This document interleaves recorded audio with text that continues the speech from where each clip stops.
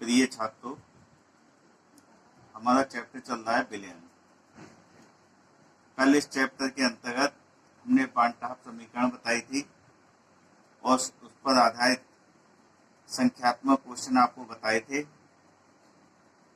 और कुछ संख्यात्मक क्वेश्चन गृह कार्य में दिए थे। तो मैं आशा करता हूं कि आपने संख्यात्मक क्वेश्चन कर लिए होंगे। अगर कोई क्वेश्चन करने में कठिनाई आए तो 1 से 2 के बीच में आप अपनी समस्याएं हमसे पूछ सकते हैं। इस चैप्टर को आज आगे बढ़ाते हैं। इस चैप्टर में आगे है द्रवों का बाष्प दाब। द्रवों के बाष्प दाब को आपको अच्छे से समझना है, क्योंकि इस पर काफ़ी कुछ आगे जाके निर्भर करेगा इस टॉपिक पर। तो इसकी डेफिनेशन है, देखिए, निश्चित ताप पर किसी द्रव के पृष्ठ के ऊपर द्रव के साथ साम्यावस्था में उपस्थित बाष्प द्वारा लगाया गया दाब बाष्प दाब कहलाता है। जैसे देखिए, कोई द्रव है, इस द्रव के जिन अणुओं की गतिज ऊर्जा ज्यादा हो जाती है वो इस द्रव के पृष्ठ को छोड़कर ये बाष्प अवस्था में आ जाते हैं और इसके साथ साम्य अवस्था में रहते हैं। इनकी ऊर्जा कम हो जाती है तो ये नीचे आ जाते हैं, और इसमें से जिनकी ऊर्जा ज़्यादा होती है वो बाष्प अवस्था में चले जाते हैं। तो ये जो बाष्प जो बन गई है, इस बाष्प द्वारा इस द्रव के पृष्ठ पर डाले गए दाब को ही बाष्प दाब कहते हैं। अर्थात जो पदार्थ बाष्पशील ज़्यादा होते हैं उनकी बाष्प ज़्यादा बनेगी और वो बाष्प दाब उसका ज़्यादा होगा। तो ये चीज़ें आगे बड़ी मायने रखेंगी, इनको ध्यान रखना है। इसमें देखिए, अब आगे, जब किसी अबाष्पशील पदार्थ को, जिसकी बाष्प ना बनती हो, अबाष्पशील पदार्थ को किसी शुद्ध विलायक जैसे जल में घोला जाता है तो विलयन का बाष्प दाब शुद्ध विलायक के बाष्प दाब से कम हो जाता है। फिर देखिए इस लाइन को, ये आगे आपके जो हम बता रहे हैं, ये आगे जो भी पढ़ेंगे इस टॉपिक के अंतर्गत, ये चीज़ें रिपीट होती रहेंगी और उसको आपको समझना चाहिए, तभी आगे की बातें समझ में आएंगी। फिर समझिए, जब किसी अबाष्पशील पदार्थ, अबाष्पशील का मतलब जिसकी बाष्प ना बनती हो, अबाष्पशील पदार्थ को किसी शुद्ध विलायक जैसे जल में घोला जाता है, तो अबाष्पशील विलेय पदार्थ को जब विलायक में घोलेंगे तो क्या बन गया? विलयन। तो विलयन का बाष्प दाब शुद्ध विलायक के बाष्प दाब से कम हो जाता है। इसका कारण यह है कि जब किसी विलायक में कोई अबाष्पशील पदार्थ घोला जाता है तो विलेय के अणु विलायक के अणुओं के बाष्पन में अवरोध उत्पन्न करते हैं। विलायक के अणु तो बाष्प बनना चाहते हैं, लेकिन जो हम अबाष्पशील विलेय पदार्थ डाल दिया उसके अणु बाष्प बनने में अवरोध उत्पन्न करते हैं, उसके बाष्पन में अवरोध उत्पन्न करते हैं विलायक के अणुओं के, जिससे विलयन जो बनता है उसका बाष्प दाब कम हो जाता है। तो ये बड़ा महत्वपूर्ण है। ये आगे जो टॉपिक पढ़ाएंगे, क्वथनांक का उन्नयन, हिमांक का अवनमन, उस सब में ये चीज़ आपकी काम आएगी। अब अगला टॉपिक है इसमें बाष्प दाब का अवनमन, लोअरिंग वेपर प्रेशर। जब किसी अबाष्पशील पदार्थ को किसी शुद्ध विलायक में घोला जाता है तो विलयन का बाष्प दाब शुद्ध विलायक के बाष्प दाब से कम हो जाता है। विलेन का वाष्प दाब कम होता है और शुद्ध विलायक का वाष्प दाब ज़्यादा होता है। तो वाष्प दाब में होने वाली इस कमी को, शुद्ध विलायक का वाष्प अधिक था, जब हमने शुद्ध विलायक में कोई अवाष्पशील विलेय पदार्थ घोल दिया तो जो विलेन बना उसका वाष्प दाब कम हो गया। वाष्प दाब में होने वाली इस कमी को वाष्प दाब का अवनमन कहते हैं। अवनमन मीन्स कम होना। यदि शुद्ध विलायक का वाष्प दाब P मान लें हम, और जो विलेन बना अवाष्पशील विलेय पदार्थ मिलाने के बाद उसका वाष्प दाब PS है, तो वाष्प दाब का अवनमन क्या हो गया? वाष्प दाब का अवनमन है वाष्प दाब में होने वाली कमी को वाष्प दाब का अवनमन कहते हैं। तो ज़्यादा में से कम घटाना है, तो विलायक का वाष्प दाब ज़्यादा है और विलेन का वाष्प दाब कम हो गया, तो विलायक के वाष्प दाब में से विलेन का वाष्प दाब आपको घटाना है, यानी P माइनस PS हो गया। तो वाष्प दाब का अवनमन बराबर हो गया P माइनस PS हो गया। अब आगे देखिए, वाष्प दाब का आपेक्षिक अवनमन, रिलेटिव लोअरिंग वेपर प्रेशर, ये तुलना करनी है। वाष्प दाब के अवनमन और शुद्ध विलायक की तुलना है। वाष्प दाब के अवनमन और शुद्ध विलायक के वाष्प दाब के अनुपात को वाष्प दाब का आपेक्षिक अवनमन कहते हैं। फिर देखिए, वाष्प दाब के अवनमन और शुद्ध विलायक के वाष्प दाब के अनुपात को वाष्प दाब का आपेक्षिक अवनमन कहते हैं। अनुपात का मतलब है इसके लिए इससे भाग देना है। यदि शुद्ध विलायक तथा विलयन के वाष्प दाब क्रमशः P तथा PS है, शुद्ध विलायक का P है और विलयन का PS है, तो वाष्प दाब का अवनमन आपने ऊपर भी पढ़ा था, P माइनस PS हो गया। वाष्प दाब का आपेक्षिक अवनमन हो गया P माइनस PS बटे P। तो वाष्प दाब का आपेक्षिक अवनमन हो गया वाष्प दाब के अवनमन, यह है वाष्प दाब का अवनमन, और शुद्ध विलायक के वाष्प दाब के अनुपात को वाष्प दाब का अवनमन कहते हैं। अब इसमें है राउल्ट का नियम। राउल्ट वैज्ञानिक का नाम है। इस नियम के अनुसार किसी तनु विलेन के वाष्प दाब का आपेक्षिक अवनमन उसमें उपस्थित विलेय के मोल प्रभाज के बराबर होता है। यह राउल्ट का नियम है। किसी तनु विलेन के वाष्प दाब का आपेक्षिक अवनमन जो हमने अभी निकाला, उस विलेन में उपस्थित विलेय के मोल प्रभाज के बराबर होता है। मोल प्रभाज पीछे आपने पढ़ा था, इसको दोबारा समझा भी देंगे। तो हमने मान लिया कि शुद्ध विलायक और विलेन के वाष्प दाब क्रमशः P तथा PS है, तो वाष्प दाब का आपेक्षिक अवनमन हो गया P माइनस PS बटे P।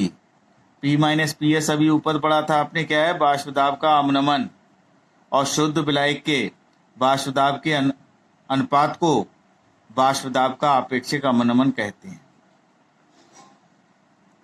यदि विलेय और विलायक के मोलों की संख्या क्रमशः स्मॉल n तथा कैपिटल N है, विलेय के मोल है स्मॉल n तथा विलायक के कैपिटल N, तो विलेय का मोल प्रभाज पीछे पढ़ाया था, जिसका मोल प्रभाज निकालते हैं उसके मोलों की संख्या ऊपर लेते हैं। विलेय का मोल प्रभाज निकाला है तो विलेय के मोलों की संख्या ऊपर लेना है n बटे विलेन के कुल मोलों की संख्या। विलेन मिलके बनता है विलेय प्लस विलायक, तो विलेय के मोल हो गए small n plus capital N हो गया, तो विलेय का मोल प्रभाज हो गया स्मॉल n बटे n प्लस n।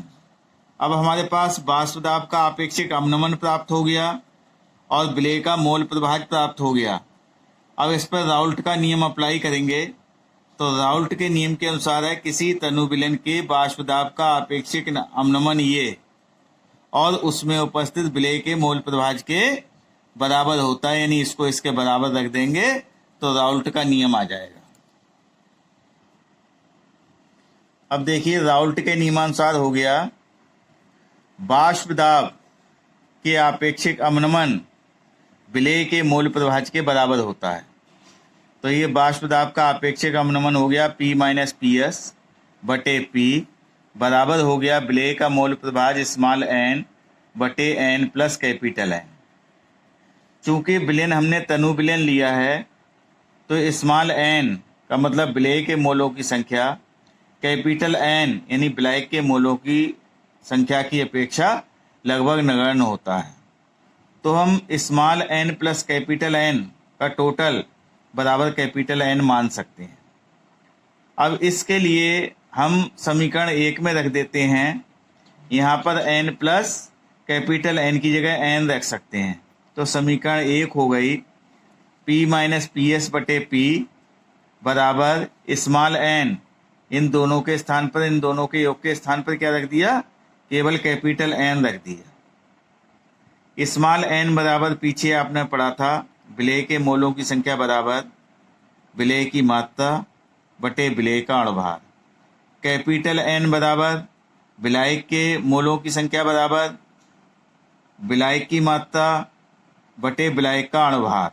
नीचे हमने लिख भी दिया है, जहाँ स्मॉल w है विलेय की मात्रा, स्मॉल m है विलेय का अणुभार, कैपिटल W है विलायक की मात्रा और कैपिटल M है विलायक का अणुभार।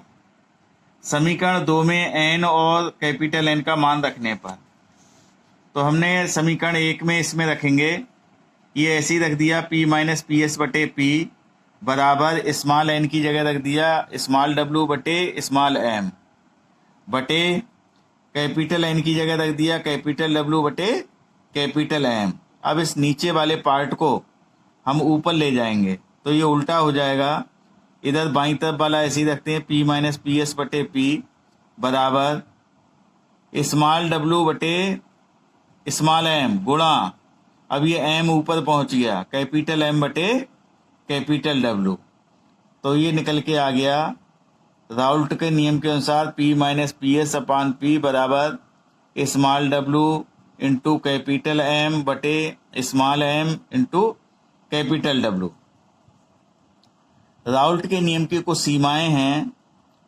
देखिए क्या क्या सीमाएं। राउल्ट का नियम केवल तनु विलयनों पर लागू होता है, पीछे उसमें डेफिनीशन में भी हमने उसके नियम में भी लिखा है।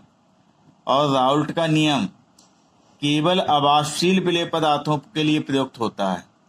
जो हम विलायक में विलेय पदार्थ घोलते हैं वो अवाष्पशील होना चाहिए, वाष्पशील नहीं होना चाहिए, क्योंकि अगर वाष्पशील होगा तो उसका जो है वाष्प दाब बढ़ जाएगा।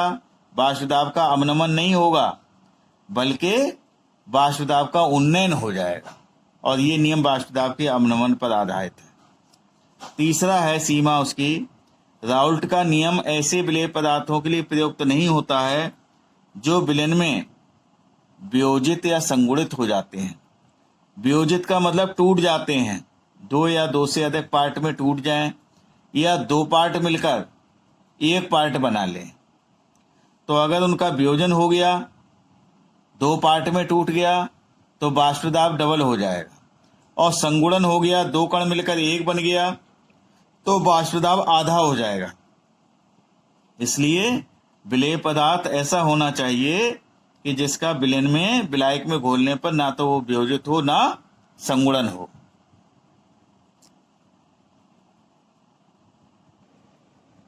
अब इस राउल्ट लॉ पे नियम पे आधारित एक संख्यात्मक प्रश्न है।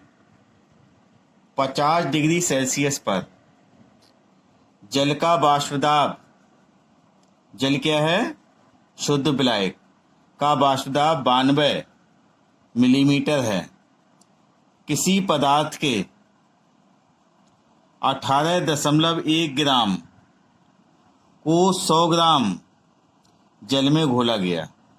यदि प्राप्त विलयन का वाष्प दाब इसी ताप पर 87 मिलीमीटर हो तो उस पदार्थ का अणुभार ज्ञात कीजिए।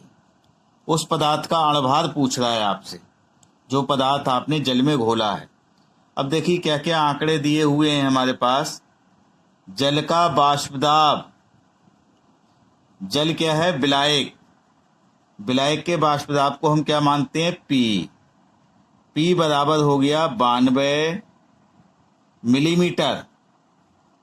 किसी पदार्थ के 18.1 ग्राम को, कोई पदार्थ है विलेय पदार्थ, उसकी मात्रा दी है, उसे स्मॉल डब्लू मानते हैं। स्मॉल डब्लू बराबर 18.1 ग्राम को 100 ग्राम जल में इसकी विलायक की मात्रा को कैपिटल डब्लू में मानते हैं। 100 ग्राम हो गई, घोला गया। यदि प्राप्त विलयन का बाष्पदाब इसी ताप पर 87 मिलीमीटर हो, विलयन के बाष्पदाब को पीएस लिखते हैं।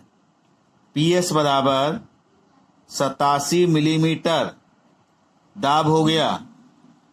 अब जल का अणुभार निकाल लेंगे। जल का अणुभार, जल क्या है? विलायक, इसे कैपिटल एम लिखते हैं। फार्मूला क्या है? H2O।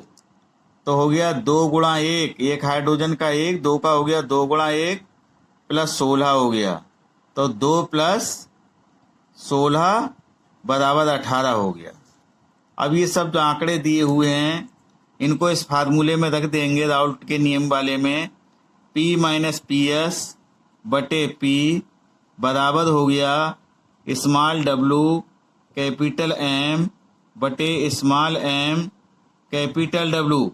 इसमें रखेंगे P का मान है 92 माइनस PS का मान है 87 बटे P का मान है 92 बराबर स्मॉल W का मान है 18.1 गुणा कैपिटल M का मान, कैपिटल M का मान 18 आया है, बटे स्मॉल m का मान निकालना है, कैपिटल W का मान है 100 ग्राम। 100 ग्राम है, इसको हल कर लेंगे।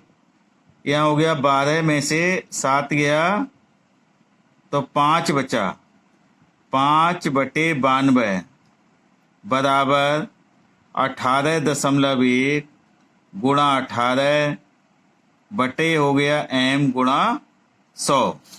तिर्यक गुणा कर लेंगे इसकी, तो इनकी 5 से गुणा होगी, तो m बराबर हो गया, m बराबर इनकी गुणा कर लें पहले, तो हो गया 92 गुणा 18.1 गुणा 18 बटे हो गया, ये 5 और 100 नीचे आ गया क्योंकि इसकी गुणा में जाएगा, इसकी m की गुणा में जाएगा, 5 गुणा 100 हो गया। इसको हल करेंगे तो ये आ जाएगा 59.95। ये इतना जो है इसका आ गया, उस पदार्थ का अणुभार निकल के आ जाएगा 59.95। तो इस क्वेश्चन को पढ़कर आपको केवल ये समझना है कि ये जो विलायक का बाष्पदाब है उसे P लिखते हैं, विलयन के बाष्पदाब को PS लिखते हैं, जो विलेय पदार्थ घोला गया है उसकी मात्रा को स्मॉल W लिखते हैं, जिस विलायक में घोला है उसकी मात्रा को कैपिटल W लिखते हैं, और जो विलायक है उसका अणुभार कैपिटल M होता है, और विलेय पदार्थ जो घोला गया है उसका अणुभार स्मॉल m होता है। बस इस फार्मूले में लिख के आपके लिए कैलकुलेट करना है और आंसर निकल के आ जाएगा। अब हम जो संख्यात्मक क्वेश्चन कल आपको देंगे इसी फार्मूले पर आधारित, उसको आपको घर पे बैठ के करना है।